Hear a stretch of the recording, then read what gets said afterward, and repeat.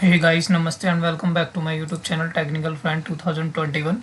Please like and subscribe if you like the video. एक और bank Nifty analyst video में आपका स्वागत करता हूँ मेरे दोस्तों आज बैंक निफ्टी बड़ा ऊपर नीचे हुआ जैसा कि मैंने आप लोगों से कल भी कहा था। आज बैंक निफ्टी ओपन हुआ है 38,176 पे। इसने हाई लगाया 38,222 का, इसने लो लगाया है 37,319 का और ये क्लोजिंग बेसिस पे भी चल रहा है। देखो क्या करता है। जैसा कि मैं आप लोगों से रेगुलरली कह रहा हूँ, इस जगह हम तोड़ के गए थे इसे दोबारा से, वहीं इसने सपोर्ट दिया है जो इसका मैन था 37,400, वहीं से लो लेके अभी ऊपर की तरफ आया है फिलहाल। लेकिन सेल ऑन राइस का मार्केट है, ये मैं कल से ही आप लोगों से लगातार बोलता आ रहा हूँ, क्योंकि मार्केट एक ऐसी चीज़ में फंस गया है कि जिस जगह पे हम लोग बार बार ये बोल रहे हैं कि मार्केट ऊपर तो जा रहा है, एक बाउंस बैक की तरह ऊपर जा रहा है, कुछ कह नहीं सकते कि मार्केट कब नीचे आ जाए कब ऊपर चली जाए। ये ट्रेंड लाइन थी जो मैंने कल भी आप लोगों को बताई थी। इस ट्रेंड लाइन का सपोर्ट शायद आप लोगों ने देखा होगा, तो आप लोगों ने ज़रूर ये ट्रेंड लाइन एक बार देखी जरूर होगी। हम रेंज में जरूर है, रेंज के साथ साथ एक ट्रेंड लाइन है, जिस ट्रेंड लाइन का टच करके वापस चला गया ऊपर की तरफ मार्केट हम यहाँ से। अभी फिलहाल 38,000 थोड़ा नीचे गया, और जब तक ये 38,000 यानी कि मेरे लिए जब तक ये ऊपर 38,220 के ऊपर कहीं क्लोजिंग ना आ जाए इसकी, अब मैं जब तक इसमें लॉन्ग के लिए ऊपर नहीं जाऊँगा, सेल ऑन राइज के लिए ही मैं प्रेफर करूँगा, जैसा कि मैं रेगुलर ले रहा हूँ। अगर ये कल नीचे ही ओपन हो गया और 220 को ओपन करके ऊपर की तरफ चला जाता है, तो फिर मैं मानूंगा ये फिर से हम 38,500 और 38,900 के टारगेट देख सकते हैं।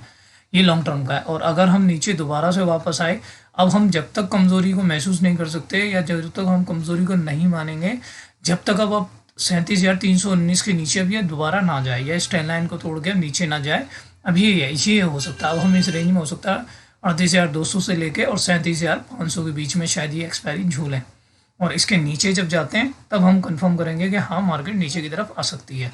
ये हो गया लॉन्ग टर्म के लिए, यानी कि दो तरह समझ लीजिए। ऊपर की तरफ आप समझ गए होंगे कि 38,220 के ऊपर जब तक क्लोजिंग ना दे दे तब तक मैं मानूंगा नहीं अब ये ऊपर जाएगा। दूसरा, अगर ये 220 को अगर क्लोज कर देता है 38,220 को, तो फिर हम वही 39,000 तक के टारगेट दोबारा देख पाए, 39,200।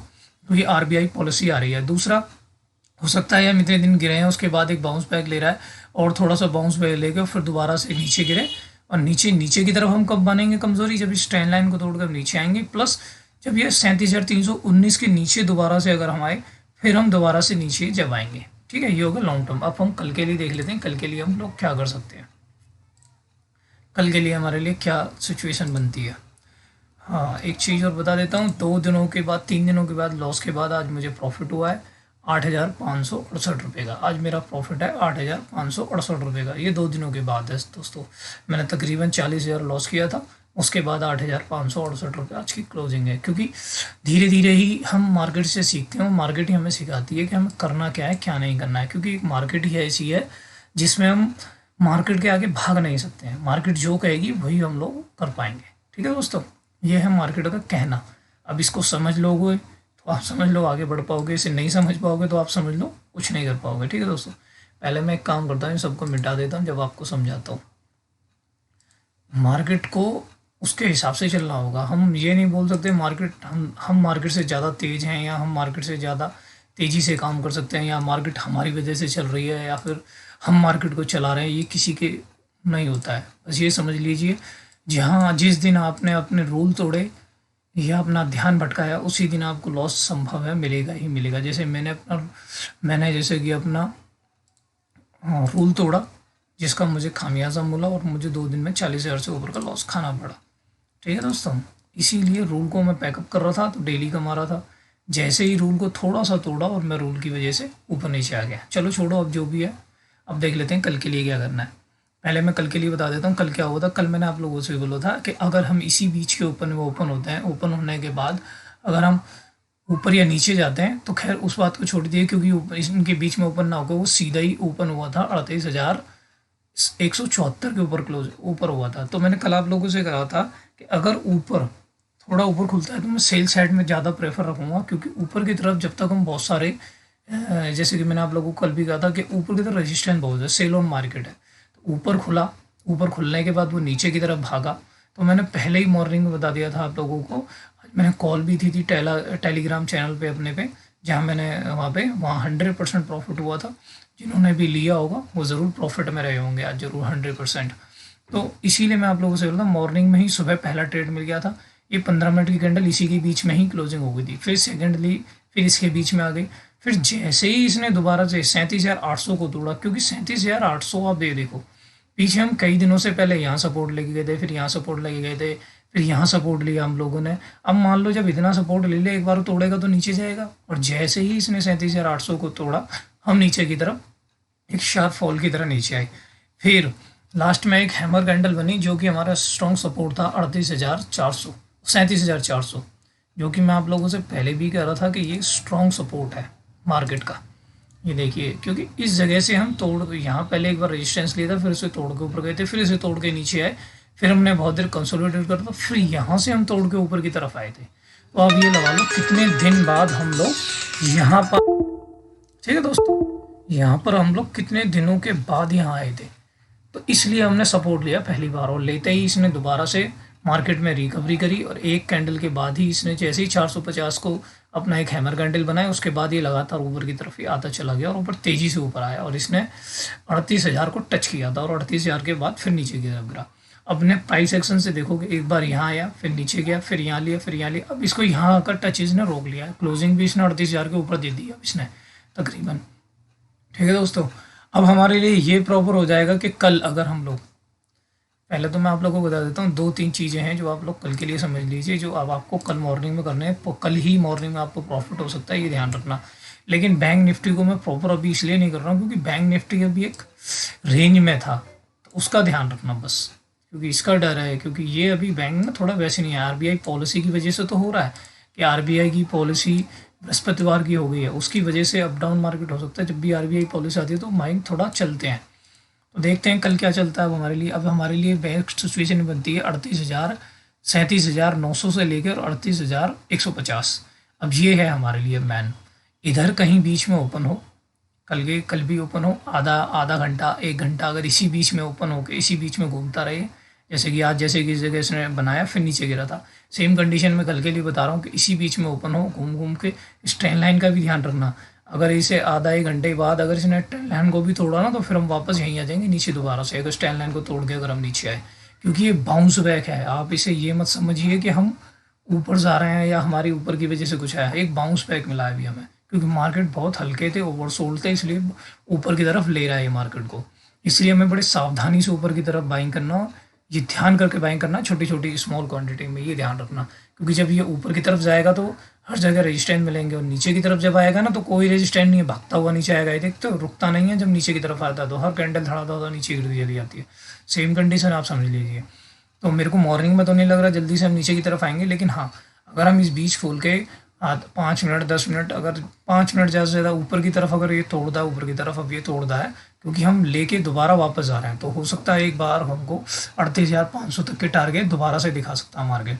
तो मैं इस सिचुएशन से बाइंग की तरफ जाऊंगा। तो मेरा कल का मूड ये है कि अगर इसके बीच में ओपन हो 38,150 को अगर ये तोड़ता है मॉर्निंग में ही, तो मैं इसे बाइंग कर लूँगा। सबसे पहला मेरा टारगेट होगा 38,225 से लेके और 38,300। फिर मैं बता रहा हूँ, ऊपर की तरफ अगर ये ऊपर की तरफ जाता है तो सबसे जो पहला मेरा टारगेट होगा 38,150 को जैसे ये तोड़ता है, तो सबसे पहला मेरा टारगेट होगा 225 और 325।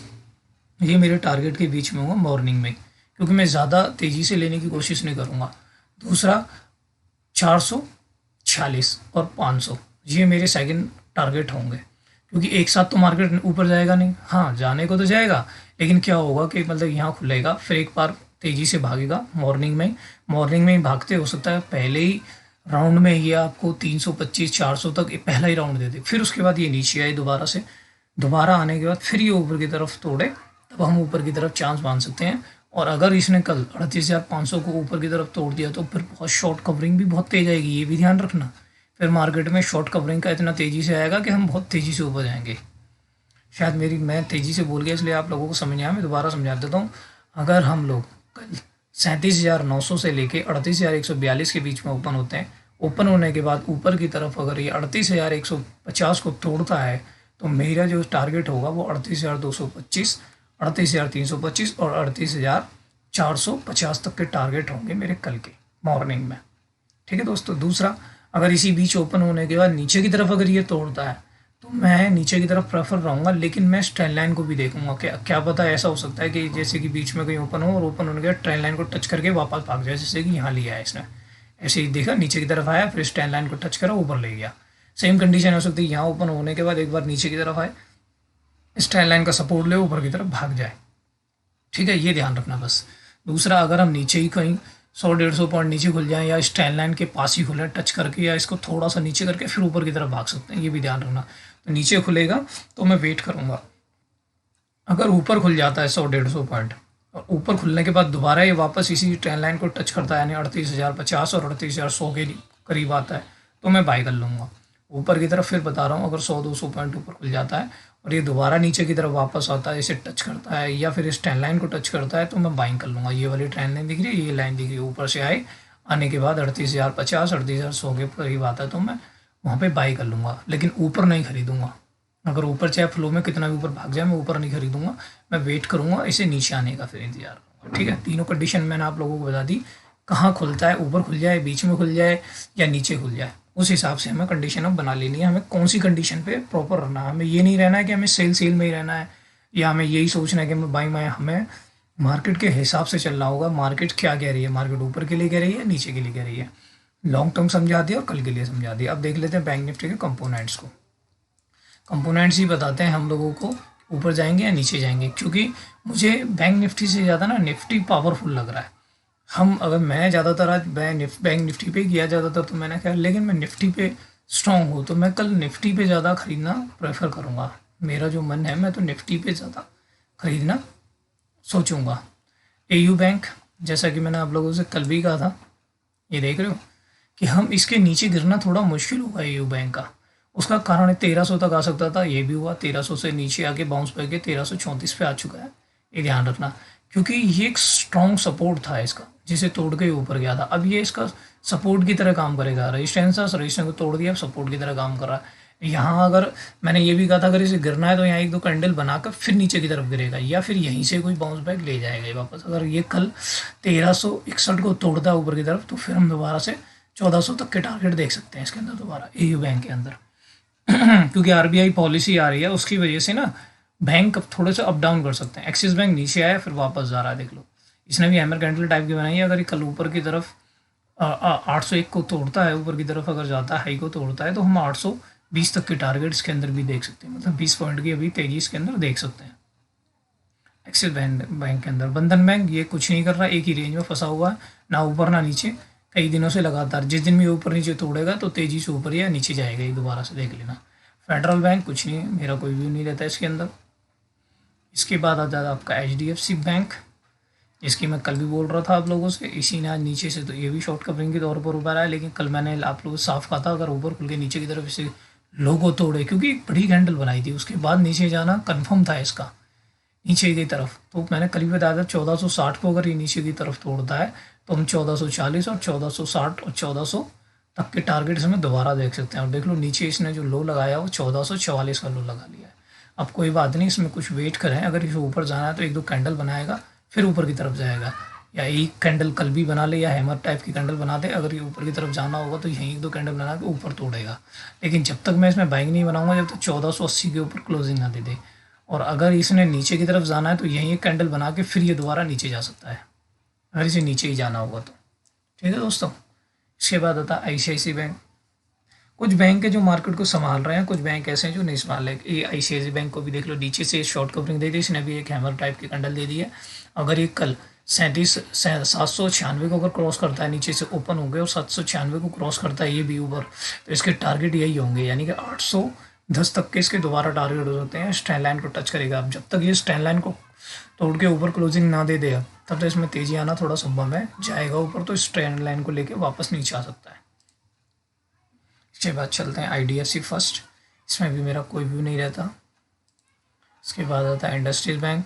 ये बैंक थोड़ा सा निराश कर रहा है डेली सा, ऊपर नीचे ऊपर नीचे ऊपर नीचे। जैसे कि मैंने आप लोगों से स्ट्रॉन्ग रेजिस्टेंस से वापस आए थे हम लोग, 980 का टारगेट था खैर मेरा, यहाँ से अब ये नीचे की तरफ आ रहा है। इसका जो अब बेस करके ये दोबारा से एक हैमर टाइप की इसने भी कैंडल बना ली है। अगर ये 940 को कल अगर तोड़ता है तो इसके टारगेट भी फिर 980 के करीब ही हो जाएंगे। ठीक है दोस्तों।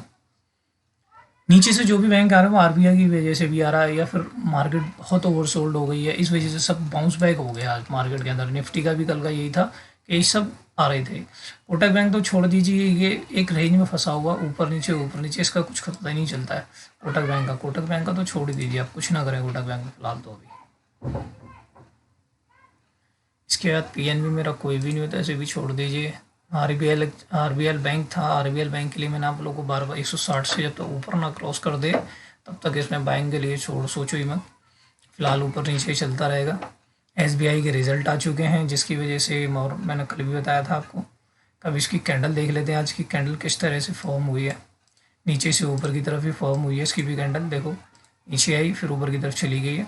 अब देखते हैं, इसमें अभी फ़िलहाल कुछ ना करें, ना इसे बाय ना तेज़ी कुछ ना करें तो छोड़ दीजिए फ़िलहाल, तो वेट एंड वॉच कीजिए इसके अंदर तो, एसबीआई के अंदर। ठीक है दोस्तों, ये थी दोस्तों आज की बैंक निफ्टी और निफ्टी की एनालिसिस। अगर आप लोगों को मेरा वीडियो अच्छा लगे तो मेरे वीडियो को लाइक करें, सब्सक्राइब करें। ये ध्यान रखना, अगर हार जाएँ तो ये मत सोचना लॉस हो जाए तो यार मार्केट हमें कुछ नहीं देती।